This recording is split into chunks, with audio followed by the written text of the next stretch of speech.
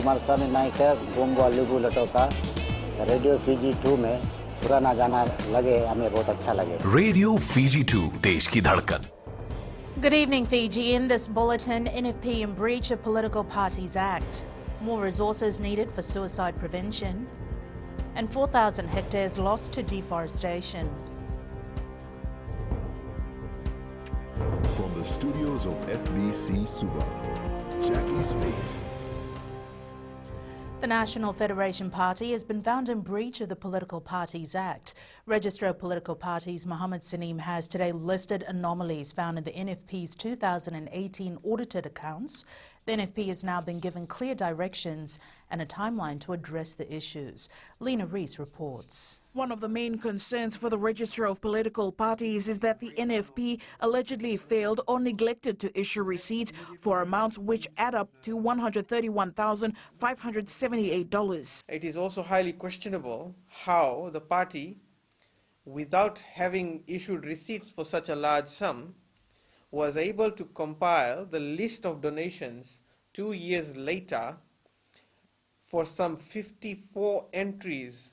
Having given the NFP time to resubmit its audited accounts, Saneem says the party has to appoint an independent auditor duly registered with the Fiji Institute of Accountants. The registrar has barred NFP from using Parker's Chartered Accountants Fiji Limited or any person engaged in the same firm. The National Federation Party is always required to submit audited accounts from an approved auditor under the FIA Act. And as you would know, under the Act, Parker's Chartered Accountants Fiji Pte Limited cannot issue any audit opinion. Once the NFP finds a new auditor, it has 30 days to get its accounts in order. Well, all I'm going to say is we are going to deal with the issues as directed by the Supervisor of Election and the Registrar of Political Parties. The Supervisor of Elections has confirmed that further action will be taken against NFP if it is unable to rectify these anomalies within their audited accounts before the deadline.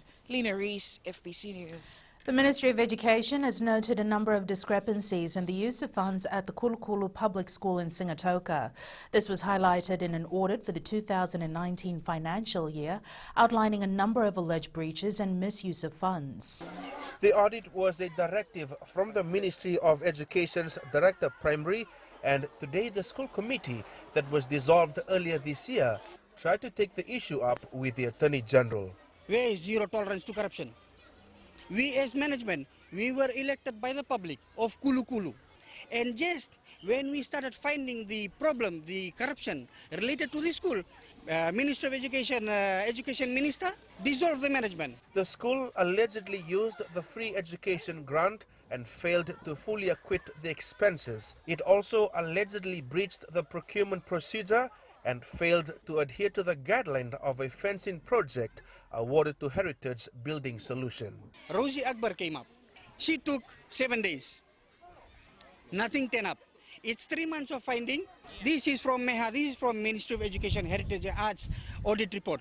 A member of the 2019 school committee, which was in charge last year, told FBC News today that funds were never misused.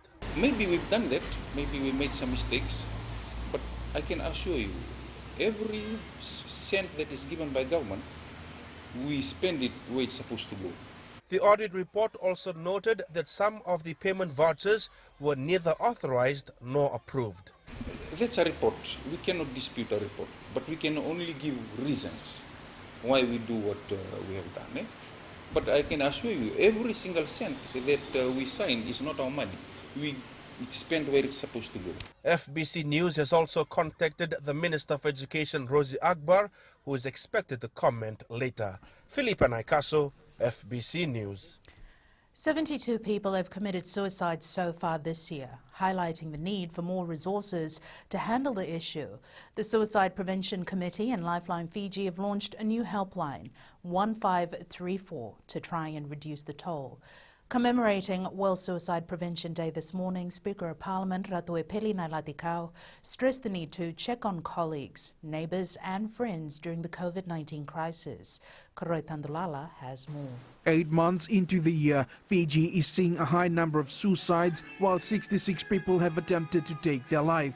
The nature of mental and emotional sufferings are unique, and as such are hard to realize or detect because there are no physical markings or telltale signs. Suicide Prevention Committee Chair Selina Kuruleva says many of the cases they receive are not linked to mental health issues. The major issues right now is relationship problems within the family, with partners. Second is economic difficulty. Lifeline Fiji team leader Jeremiah Mirikula says many Fijians calling the helpline hopes for solutions to their financial circumstances. We have got calls that parents, individuals go through financial constraints, people who have reached the edge of life and thinking that there is no way out and there is only suicide. Lifeline Fiji, the Suicide Prevention Committee and the Ministry of Health is calling on Fijians to make use of the helpline 1534 if they are going through difficulties or need to talk to a counsellor. Koroi Tandulala, FBC News. Studies show that the rate of deforestation in Fiji is about 4,000 hectares per year. This is one of the main reasons behind the major tree planting revolution around the country. Kritika Kumar has more. Permanent Secretary for Forestry, Pene Balinambuli, says deforestation has deprived Fiji of much-needed revenue. The rate of deforestation, we can detect it, and we believe that we might not be capturing all the revenue that's supposed to be captured. Balinambuli adds over the past 20 months, Fiji has planted over 2.2 million trees covering over 2,000 hectares. So when government noticed the rate of deforestation, it quickly made it its business to embark on a major and a massive reforestation campaign, a tree planting revolution and tree growing revolution. Meanwhile, illegal activities within the forestry sector continue to be and needs to be curbed immediately. Conservator of Forest Sanjana Lal says illegal logging is a major global problem that strips the economic livelihood of local communities. Illegal logging only occurs where someone else outside those agreement comes and removes the logs. So whether it's due to COVID or it's just someone who's got a habit of stealing timber. The ministry is discussing the need for the government to provide long-term harvesting licenses through the Ministry of Forestry. Kritika Kumar, FBC News. Thousands of Fijians have applied for e-passports since the new service was launched last year. More than 35,000 new e-passports have been issued by the Immigration Department. Permanent Secretary for Immigration Yogesh Karan says the department has seen a lot of demand. There were some issues during the transition due to backlogs. We've received 36,000 applications, out of which we have done almost 35,600 that have been printed and issued to people. So from September last year till now, it's less than a year. Usually, the passports, the number of passports we do in a year is about 25,000, 20 to 20. Up ahead, solo mums overcome COVID-19 challenges. A new British envoy presents credentials. Stay with us.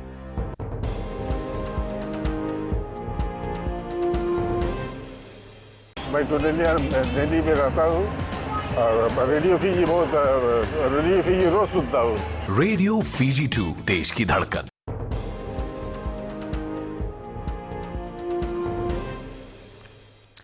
The Fisheries Ministry will provide coastal communities with boats to curb illegal fishing, especially the use of explosives. More reports of dynamite fishing have been recorded from parts of the Western Division. Kelly Vadala reports the use of dynamite is not only an environmental risk but also a health concern.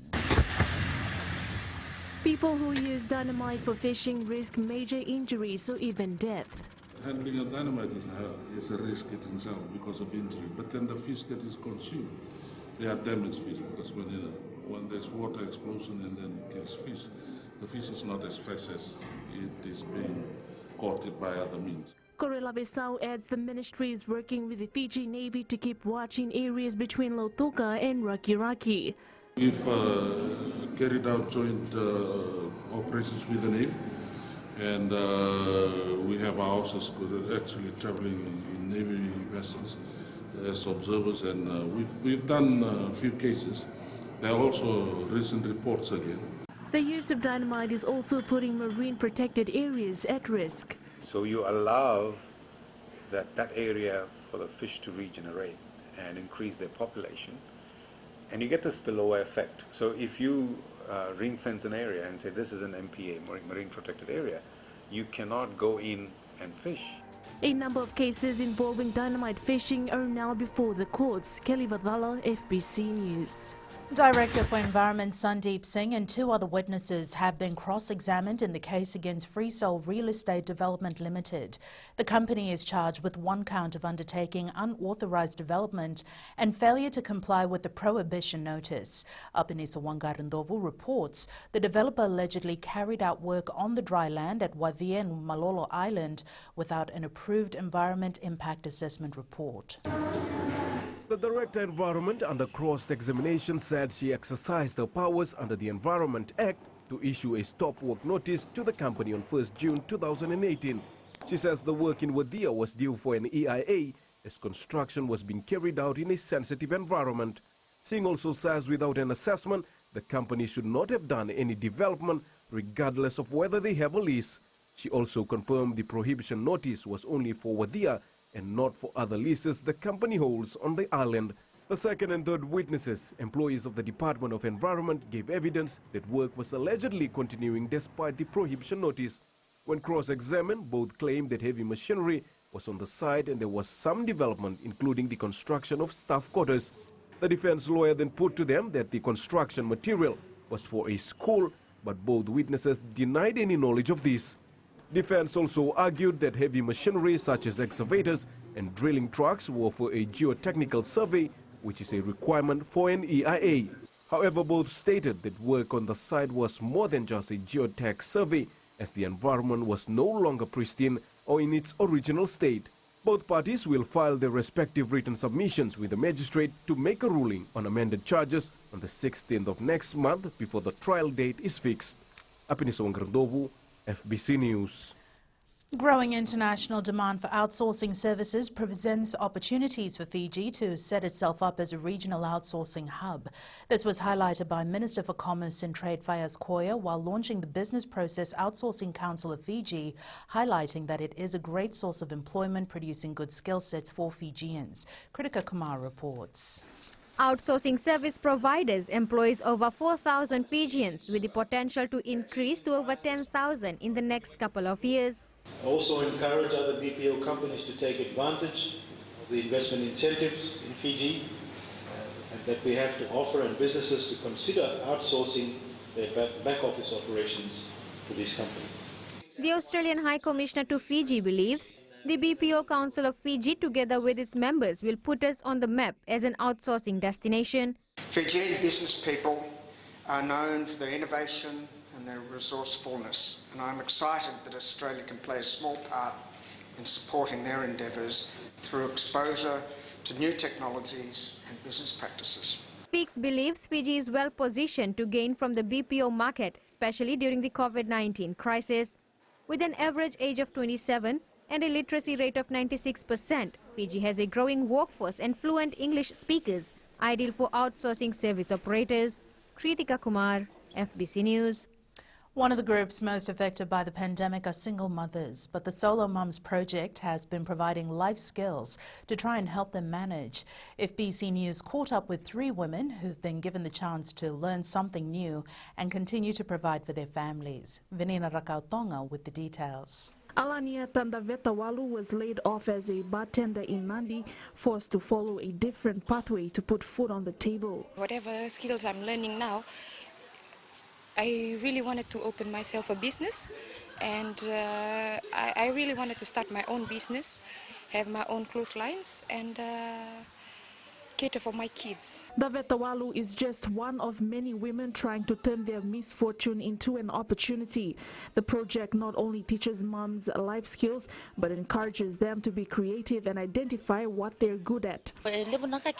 There's so many things we've learned here, and I'm preparing to start a small business in threading through what I've learned here. Sainimere Kilitale has learned how to be independent and be able to look after her family. Life was quite difficult for me, and it's hard looking after a child on my own. And after being chosen for this project, I am glad to be able to learn how to sustain myself. Into its 7th year, the Solo Moms project, run by International Needs Fiji, has looked after more than 70 women in the Central Division alone. So we provide them that space where they can confidently share about their struggles, the challenges that they faced, and what they aspire to become in the future. The single moms will hold a market day this weekend showcasing their art, food and handmade accessories. Venina Rakautonga, FBC News. President Major General retired Chiochi Konrote today received the new British High Commissioner to Fiji, Christopher George Edgar, at State House. Edgar presented his credentials to the President after inspecting a guard of honour mounted by the members of the Republic of Fiji military forces. Prior to his appointment, Edgar was the European Union ambassador to Cambodia before taking up the post of Deputy Director for the Foreign Commonwealth and Development Office Coronavirus Task Force. The resident British High Commissioner to Fiji was accompanied by his wife and Deputy High Commissioner Paul Welsh. And Whitney joins us now with the latest in business. Thanks, Jackie. Coming up in business tonight, Fijian government welcome World Bank internal audit. And in growing Fiji, network upgrades for Vodafone Fiji almost complete. Stay with us.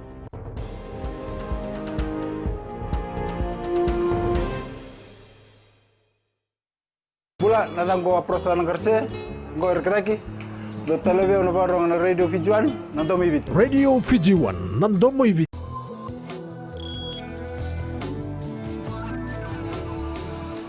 The Fijian government believes its lobbying with the World Bank influenced the bank's decision to relook at the processes used to conduct business surveys. The World Bank Group announced last month that it will pause publication of its Doing Business report and conduct an internal audit of data integrity. This was in response to findings of irregularities in the treatment of the basic data in the reports published in 2017 and 2019.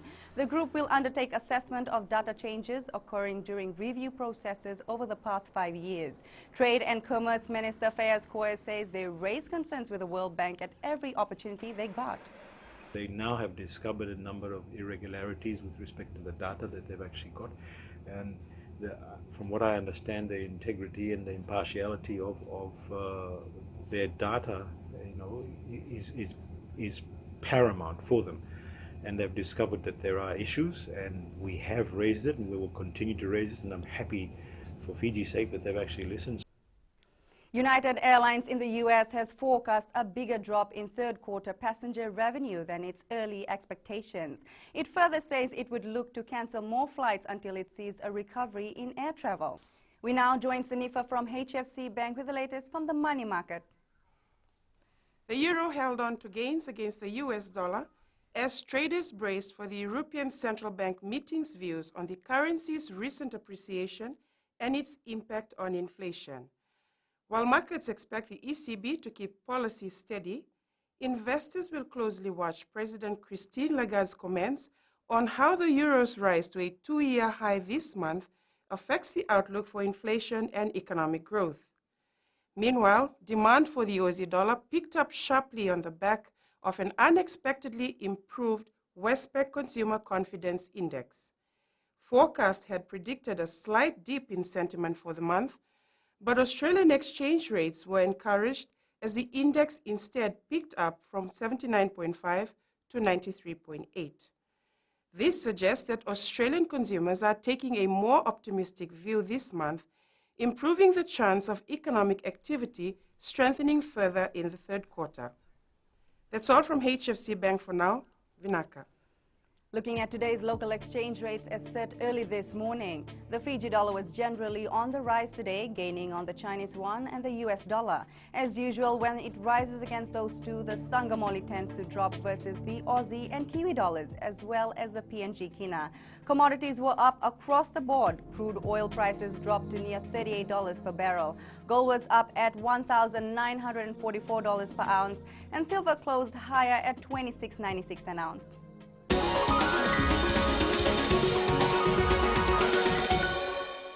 In growing Fiji tonight, telecommunications company Vodafone Fiji Limited is set to complete its huge 210 million network expansion and upgrade in the next 2 weeks. Chief Executive Ronald Prasad says the project was due in April, but was delayed by the pandemic and unfavorable weather. Prasad says they now have 147 new sites, bringing their network total to 540 transmitters. What this also means is that we have upgraded some of our existing 3G. So in total, around 100 3G base stations that have now been upgraded to 4G. And this means that around 85% of Fiji's population now have access to very, very fast internet on Vodafone's 4G network. And that's it from Business Tonight. We now join Jamie with the latest in sports. Thanks, Whitney, and good evening in Sports Tonight. Flying Fijian speaks about his return to rugby. And Rewa out to maintain a top spot. This and more coming up.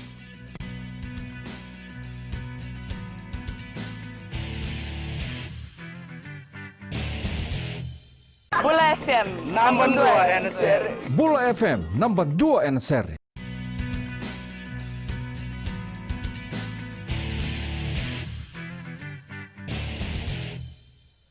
Suva Inside Center Sirupepeli Vularika has broken his silence about his return to the Skipper Cup competition. Speaking to FBC Sports, the 30-year-old says he was at a point where he wasn't sure about playing for Suva. Karlaini Tavi with this report. 3 months ago, Vularika had no desire to continue playing, but time away from rugby led him back to the sport he loves. My talent, so it's all about my career on rugby. So it's because of my problem with my family. So I sort out the issues. Vularika is considered one of the best players in the capital side, but even then, the Flying Fijian knows that keeping his spot will be tough. There's a lot of numbers. There's a lot of players in this team. There's a lot of squads. If you get the chance to play. So you have to fight for that sport so you can maintain that sport. Yeah. The second place team will rely on its strong forward pack to tackle the Stallions. As always, I think it's the battle in the front. I think it's the forwards that they are focusing on, and we have seen all of their last 7 matches. I think their forwards has been very strong. And I think that's the area that we will be trying to execute it right. If we have the opportunity, we will be able to match them. Suva hosts Nandranga at ANZ Stadium on Saturday at 3 p.m. The match will be aired live and exclusive on FBC Sports on the Walesi platform. Karleni Tavi, FBC Sports. Nandranga rugby captain Uleasi Lawavo believes they face a mammoth task taking on Suva at ANZ Stadium this Saturday. The Stallions know it won't be the same Suva outfit they defeated in round 1 of the Skipper Cup and have tagged them favourites based on their recent performances. We know what Suva capable at. They got a big place and they have a big name as well.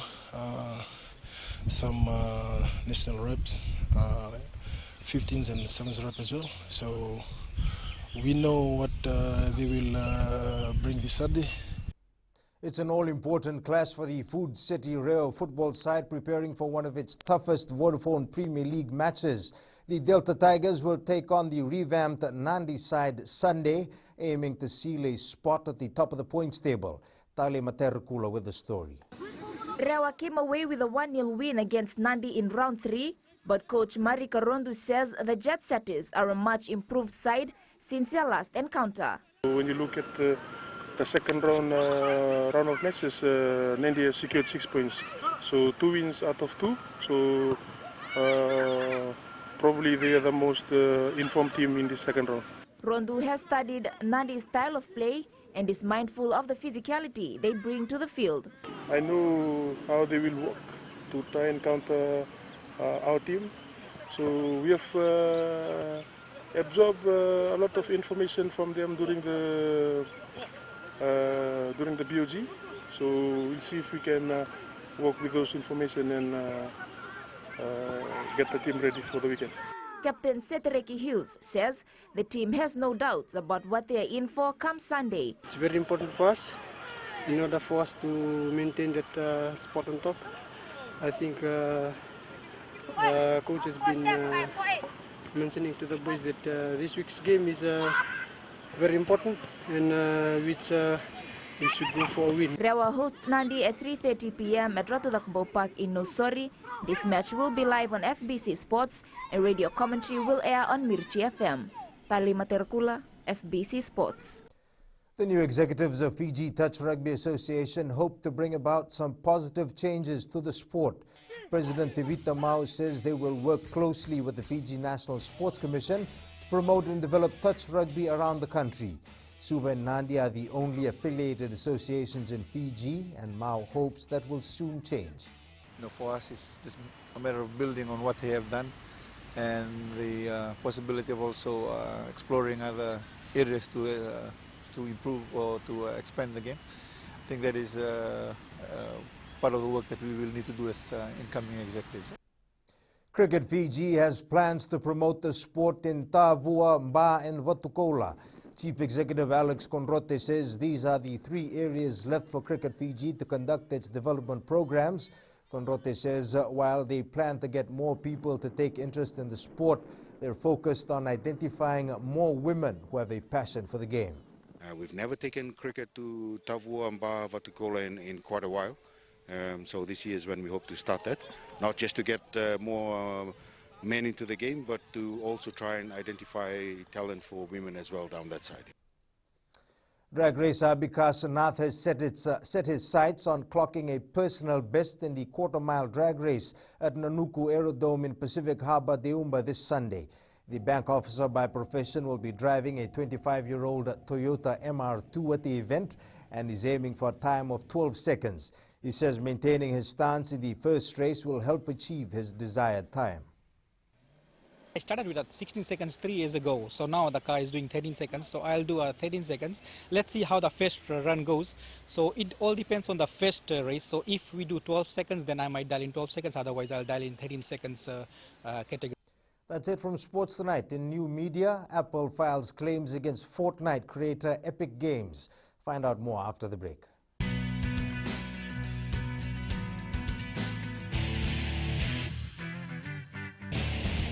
Hi, Bula. I'm Selai from Nandi.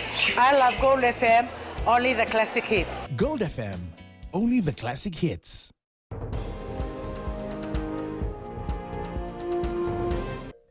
And Angie joins us now with the latest in weather.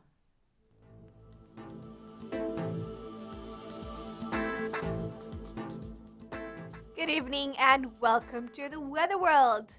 And there was rain. Yep, the weather has changed. We won't be seeing sunny spells anytime soon. That's because showers have decided to intervene. Well, despite the weather, it's a short week and Friday is on the way. That should cheer us up. Now, looking at the west, the rainy clouds will bring more showers and that will disappear.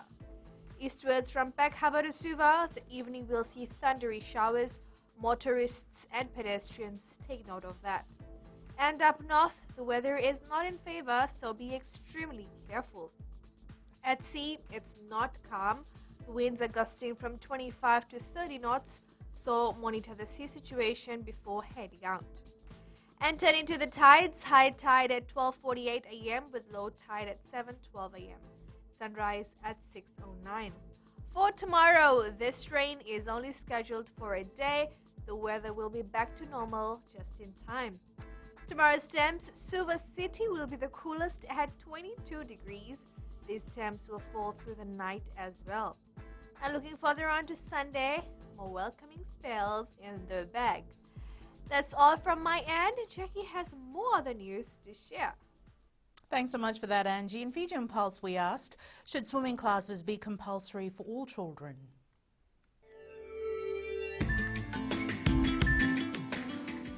I think so. Should be compulsory because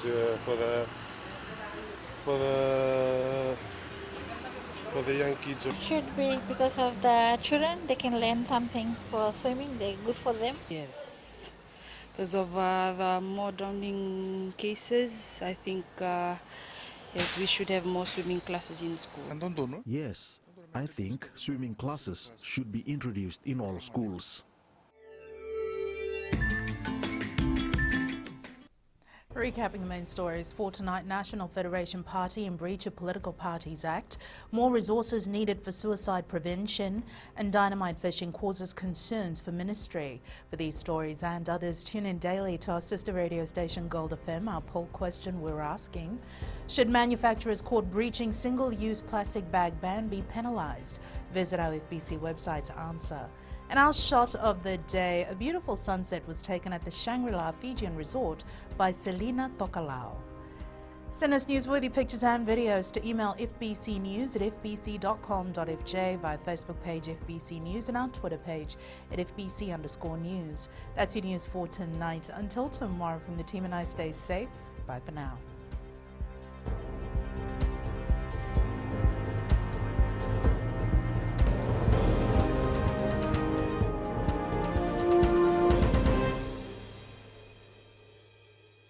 Bula FM number 2 NSR. Bula FM number 2 NSR.